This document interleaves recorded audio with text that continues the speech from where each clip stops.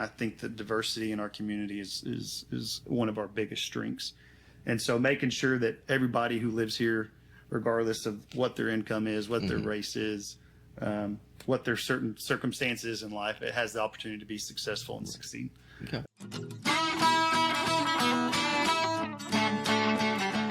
Howdy, you're watching the Think Brazos Podcast. We host conversations with locals, politicians, and policy experts to help families thrive in Brazos County, Texas. So when you're thinking about how to make your community better, just remember, think local, think Brazos.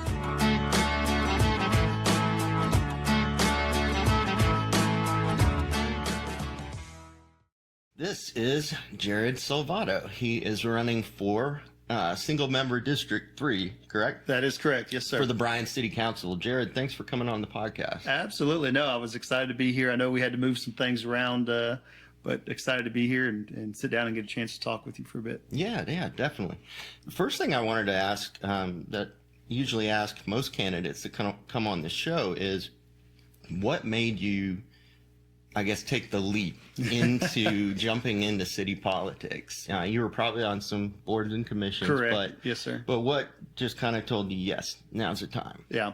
No, so I had the honor of serving on P&Z for a few years, obviously been in my role as District 3 council member for the past 2 years as well. But, you know, the big thing that really, again, and it is a leap of faith, there's no doubt about that. But, you know, I'm born and raised in this community. I have a young family, just like so many other people do here.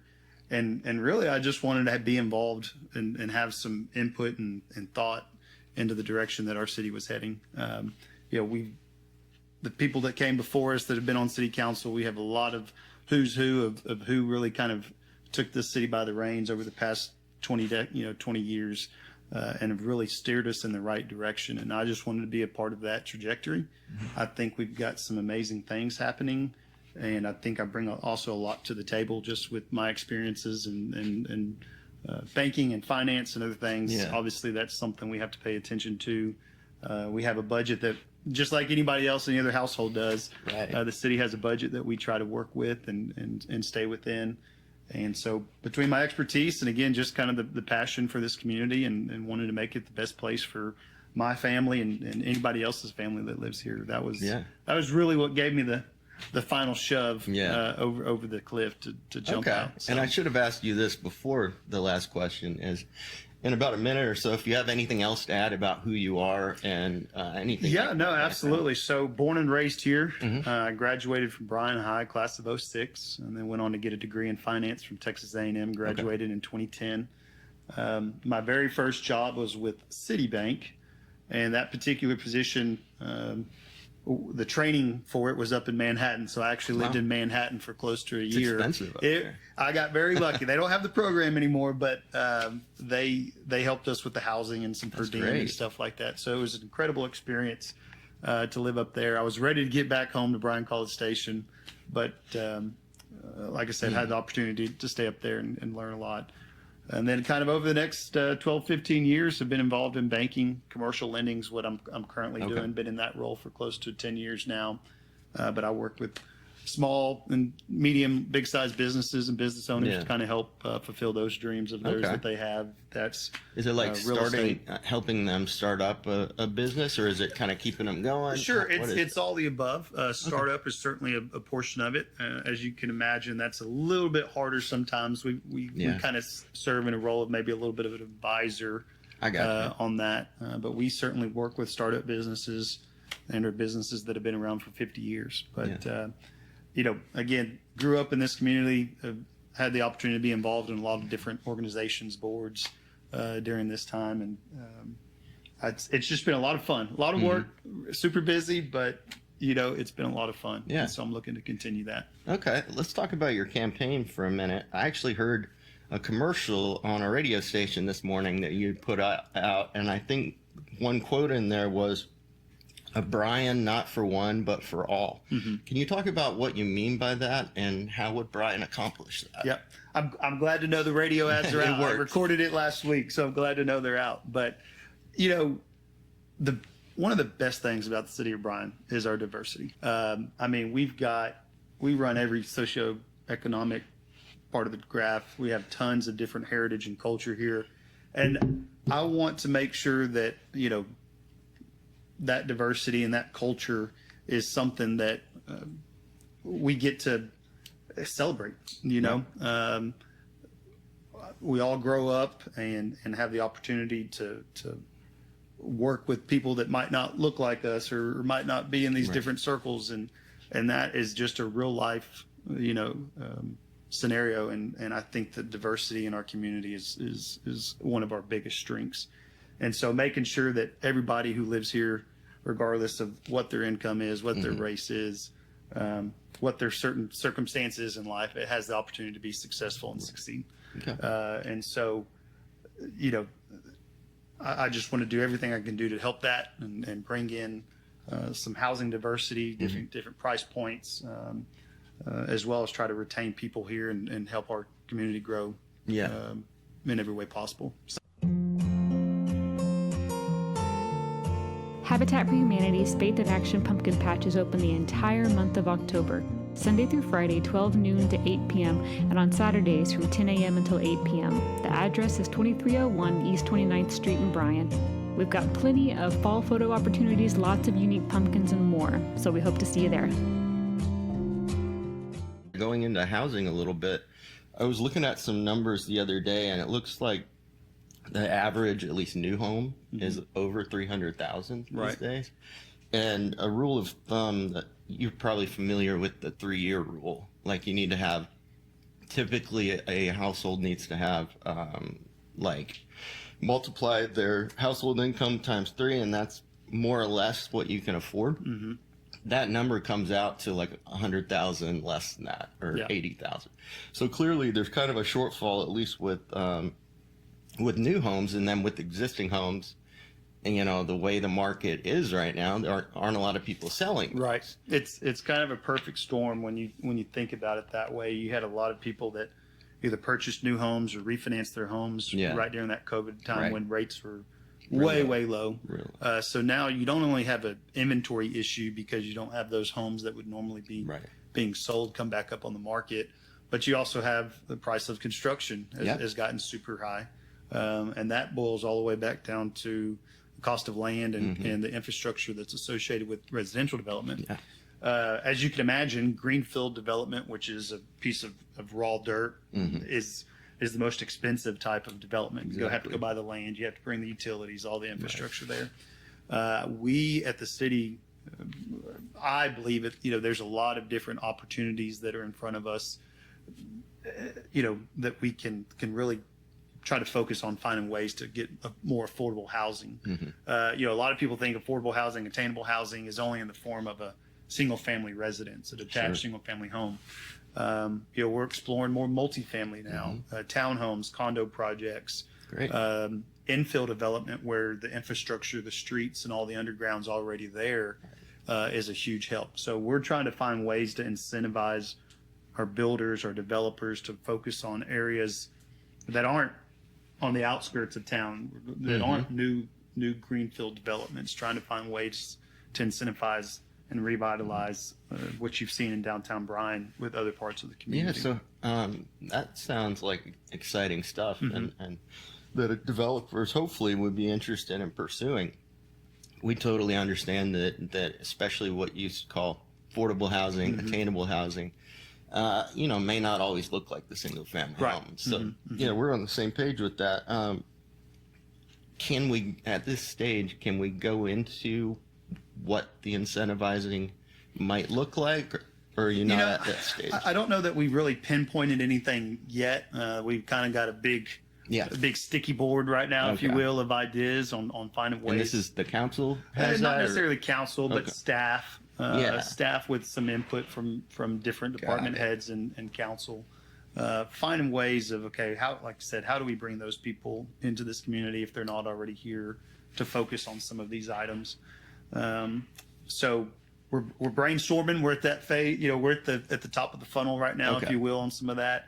Hopefully we might be able to start something, really start putting things down on paper and trying to find ways to get that out to that builder and developer community. Yeah. Like, we want you here. Okay. Here's some ideas that we have. How can we make them attainable for you? It'd be great. So Yeah, I'm it's sure. exciting. It really is. Yeah. Yeah. So beyond attainable housing or housing in general, what are some other things that your campaign, but you've been on the council for a couple of years. What are a couple other areas that you're very interested in pursuing?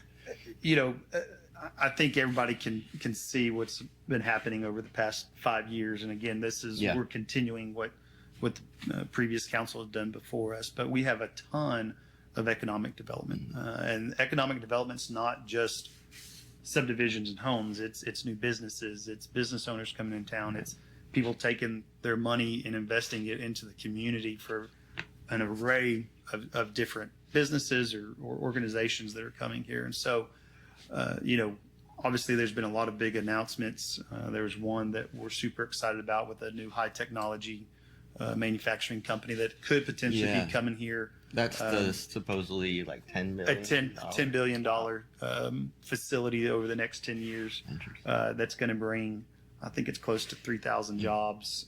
It's going to be a very high level of income as well for that specialized. But that's just the tip of the iceberg. Think about all the companies that are affiliated with something like that.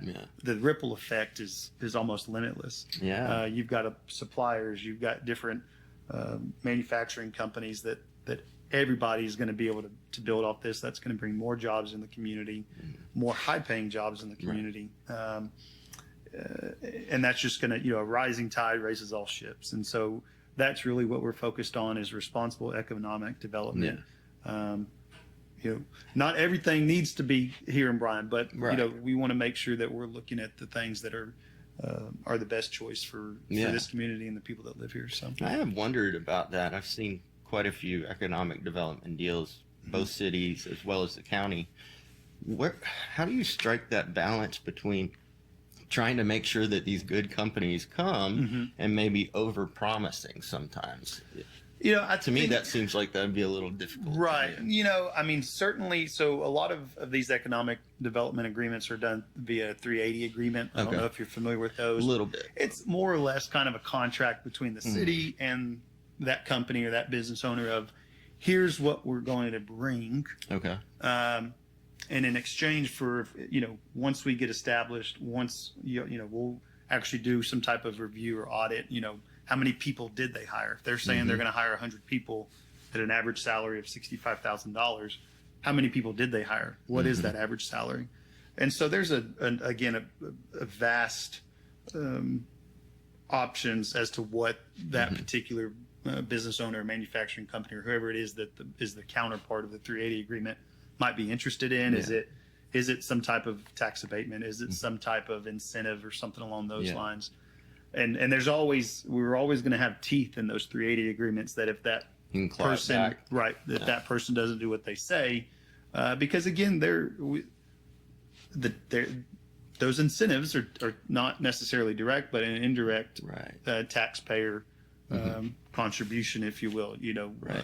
So we want to make sure that anybody that is coming into our community, that there is a huge benefit before we enter into any type of agreement with taxpayers' money. And I assume that the staff, especially, they have enough of a track record with these things where they can point to that even though the business is only paying partial taxes, that it makes sense. Right. There's a lot of research. There's a lot of estimation and formulas that go into this and say, well, if they're bringing 100 jobs at this level, that's going to circulate to 60 homes of this amount. So our staff is phenomenal. I stand behind them 100% anytime they come up and recommend something to us for a 380 agreement. We look at it, we review it, but they've had a lot of experience in those, and so we trust them and we believe in the things that our staff has to say on those. If you're running for office or you'd like to meet the candidates, join us on October 19th for our annual and nonpartisan candidates build. We'll put politics aside, roll up our sleeves, and get to work helping a local family build their own home.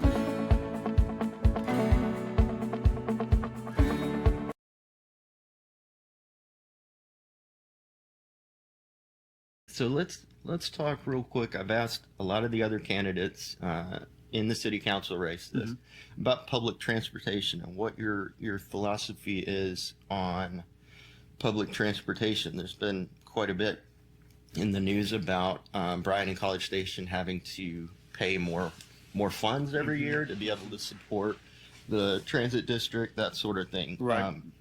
Do you have any feelings about that? Obviously, you don't really want to spend that extra money, Sure. but like, Well, we have a great partner in the Brazos Transit District. They are the sole provider for mass transportation here in not only Brazos County, but several other counties that are around us. And you mentioned earlier, yes, we are having to pay our portion of funding for Brazos Transit District did go up.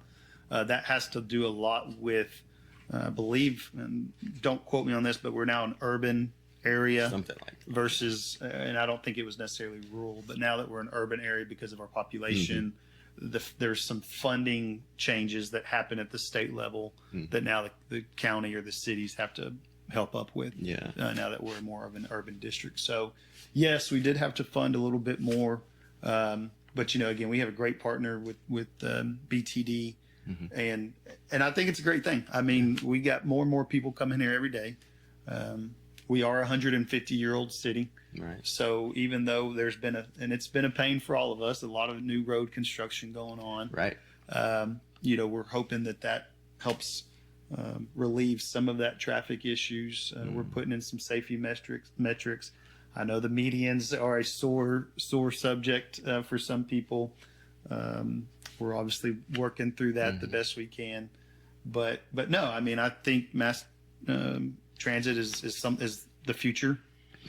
We all know, a new vehicle these days is ridiculous. Exactly. Price wise, even some of the used ones are, or you want to talk about housing attainability. I mean, just a vehicle these days is getting harder and harder to own. And so I do see that kind of being the wave of the future. Again, we stand behind BTD and everything that they do. We're super excited about some future transportation opportunities with downtown Bryan.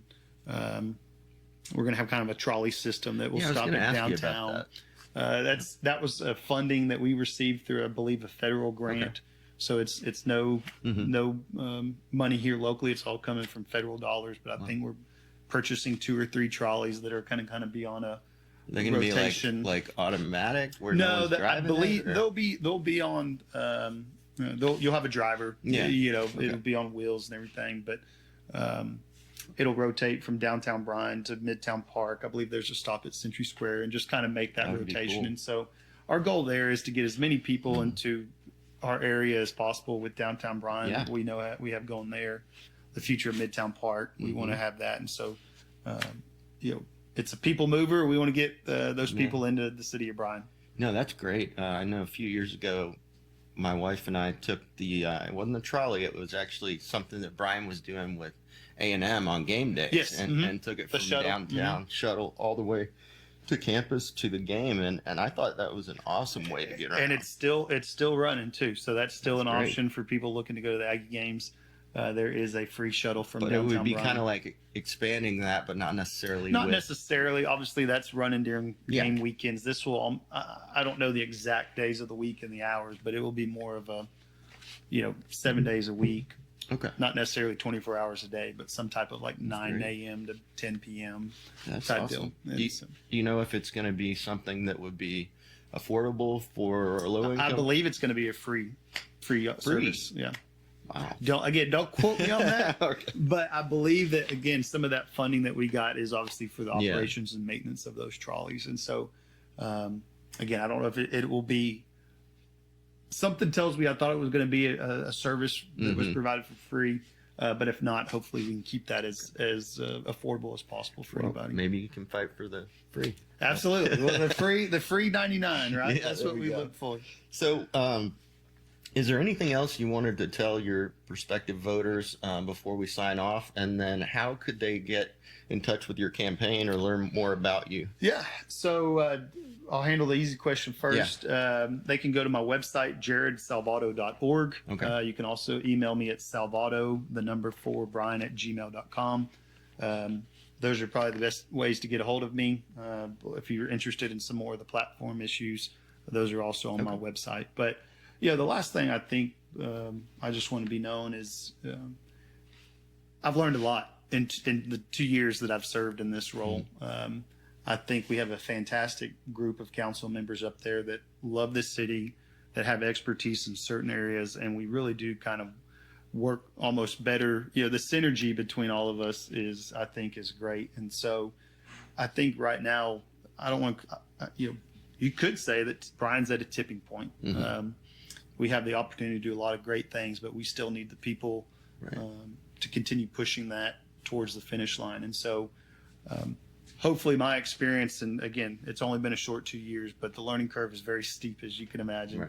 The experience that I've gained, again, my role as banker and in the financial world, those are all going to play key points as we continue to move towards, continued economic development and things along those lines. And so I believe that's what I bring to the table. I feel like I've been fair and courteous to everybody that's come up to the podium to speak, or anybody that has caught me on the street to voice their concerns. And so that's the part I love the most, quite honestly, being able to interact with the people in the community, hear those concerns. Not everything can be, we don't live in a perfect world, unfortunately. And so there's things that we have to evaluate, and sometimes people might get upset because of this or that, but hopefully at the end of the day, the community as a whole is winning, and that's at the end of our day. That's our goal. Well, that's awesome. Well, thanks for coming on the podcast. Yeah, appreciate y'all having me. That was fun. Yeah. Look forward to seeing it on whenever it comes out.